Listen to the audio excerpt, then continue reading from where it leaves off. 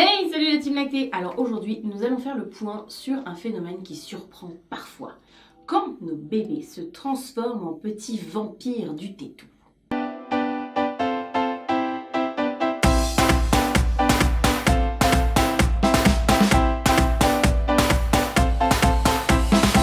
Parce qu'il arrive régulièrement que vous m'écriviez en message privé sur mes différents sociaux totalement paniqué parce que tout à coup, là, d'un seul coup, votre bébé ne fait que téter et passe tout son temps au sein. Vous me décrivez un bébé qui se jette en arrière, qui râle après le sein, qui s'énerve. Vous me décrivez une poitrine molle. Et tout à coup, c'est l'angoisse de manque de lait qui s'installe, voire même pire, vous avez l'impression que votre lait n'est pas assez nourrissant. Mais stop! Pas de panique, vous traversez très probablement un pic de croissance. Enfin, pas vous, hein, votre bébé. Votre croissance à vous, elle est un peu finie quand même. Bon, mais alors du coup, c'est quoi un pic de croissance au juste? Eh bien, un pic de croissance, c'est tout simplement bébé qui pousse. Il grandit et du coup, ses besoins énergétiques évoluent avec lui. Et c'est ce qu'on appelle finalement les pics de croissance. Et ces tétés rapprochés sont un avantage et ont même un but, celle d'envoyer un signal au cerveau pour que celui-ci gère la production lactée et adapte notre lait tant dans ses quantités que dans sa composition. Et ce, de façon à ce qu'il soit toujours le plus adapté possible aux besoins de notre bébé. Le lait, pas notre cerveau. Alors petit aparté, il existe deux genres de pics. Les pics de croissance qui eux vont plutôt concerner la physiologie de l'enfant, quand il va grossir, grandir en taille. Bref, ce sont les transformations physiques de notre bébé. Et ça, en général, on peut les repérer à l'aide d'un moyen mémotechnique. On l'appelle la règle des 3, 6, 9, 12 heures, jours, semaines et mois. On peut aussi observer un pic de croissance vers 1 an et un très gros pic de croissance vers 2 ans. Mais pour celui-là, je vous mets le lien de la vidéo juste là. Alors bien sûr, ces chiffres ne sont pas une règle d'or. C'est plutôt un repère. Ça peut avoir lieu un petit peu avant ou un petit peu après. Et si certains peuvent passer inaperçus, d'autres vont nous paraître extrêmement longs, fatigants, fastidieux. Alors vous l'aurez compris, un peu compliqué à gérer, mais ça passe. Et puis il existe finalement un autre type de pics, les pics dits d'apprentissage.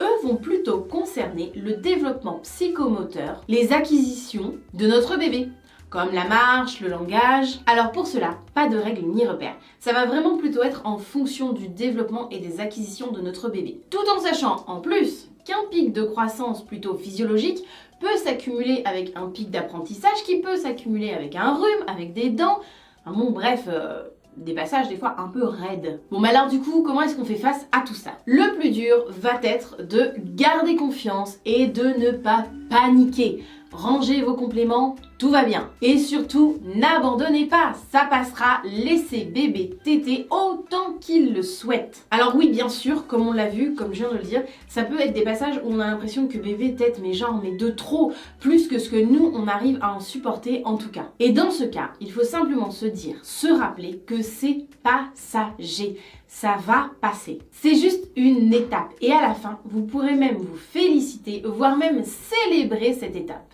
Quand elle sera passée, ce n'est absolument pas le moment de prendre des galactogènes. Parce qu'à ce moment-là précis, à l'inverse, ça pourra interférer avec le processus qui se met en place entre bébé et l'adaptation de notre lactation. C'est notre corps qui s'adapte, donc évitons de lui envoyer un double message entre les nombreuses tétées de bébé et des éléments galactogènes. Bien sûr, il est important de se rappeler que dans ces cas-là, notre bébé ne fait pas de caprice et que c'est totalement normal et que ça ne va pas durer.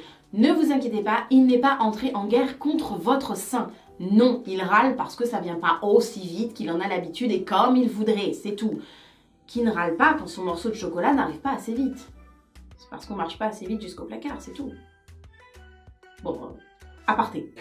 Alors surtout, pendant ces pics, si vous en avez l'opportunité, reposez-vous.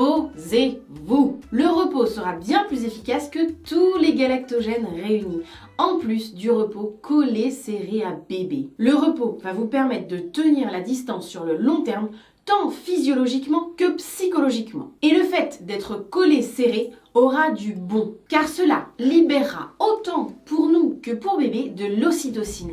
Et cette hormone nous permettra de nous sentir bien et de traverser cette étape de façon beaucoup plus sereine pour l'un comme pour l'autre. Alors bon, comme on peut être un peu fatigué, on peut aussi penser à faire une petite cure de vitamines, histoire de... C'est souvent plus pour nous une aide un peu psychologique. Mais de toute façon, ça ne mange pas de pain de le faire, ça coûte rien et ça n'aura pas d'impact particulier comparé par exemple à une prise de galactogène. Par contre, pensez à boire suffisamment, à bien vous hydrater. Je vous renvoie sur ma vidéo à propos de l'eau et de l'allaitement. Effectivement, pensez à bien boire pour éviter de vous déshydrater et du coup d'être fatigué.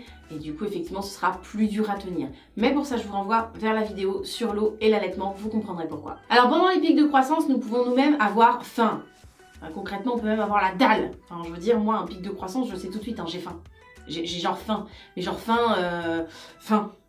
Genre, tu m'emmènes pas au resto, je suis pas rentable. Donc, bien entendu, pensez aussi à manger à votre faim. Écoutez-vous, le régime, ce sera pour plus tard, on aura bien le temps.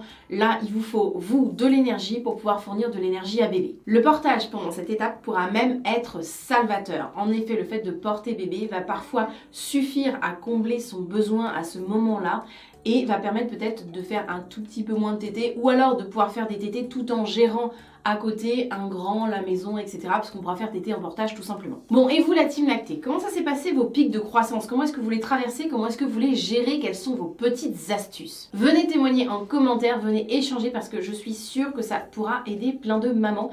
Et je le vois en ce moment, nous sommes de plus en plus à commenter sous les vidéos et ça c'est chouette parce qu'il y a plein de mamans qui peuvent trouver des solutions, des réponses, des astuces par rapport à leur propre situation et ça c'est vraiment top. Et sinon, si cette vidéo vous a semblé suffisamment intéressante, alors comme d'habitude surtout, pensez à la partager. Ouais, c'est un petit peu un bout de votre taf à vous, mais effectivement, si on veut que la transmission continue de se faire, eh bien, il faut partager au maximum les informations. En plus, ça permettra à d'autres parents de vivre bien plus sereinement ces pics de croissance qui font parfois un peu flipper.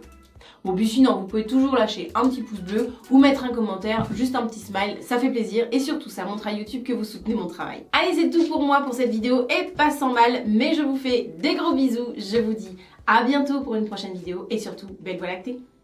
Ciao!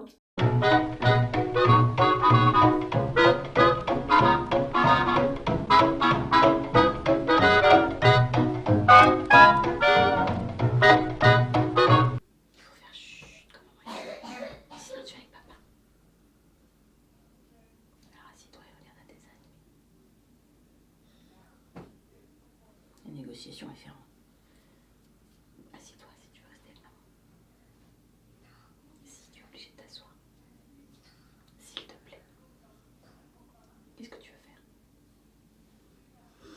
Tu veux faire quoi? Non, je peux pas. Je suis en râteau. C'est pour ça que tu te restes là.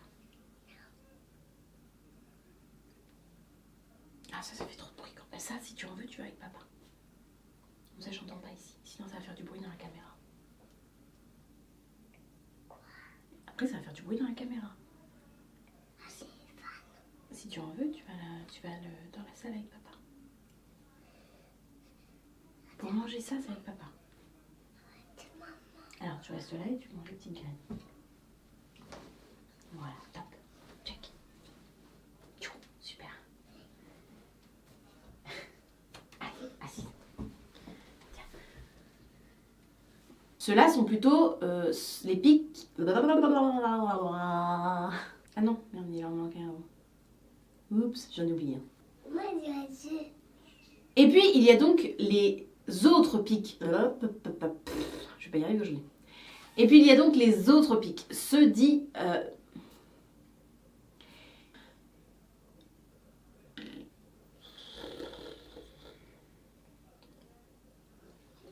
Et puis, il existe un autre type de pic. Les types de pics... Oh là là!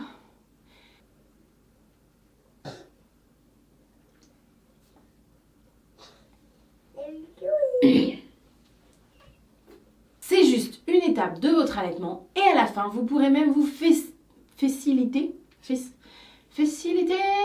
Ah, c'est pas mal aussi.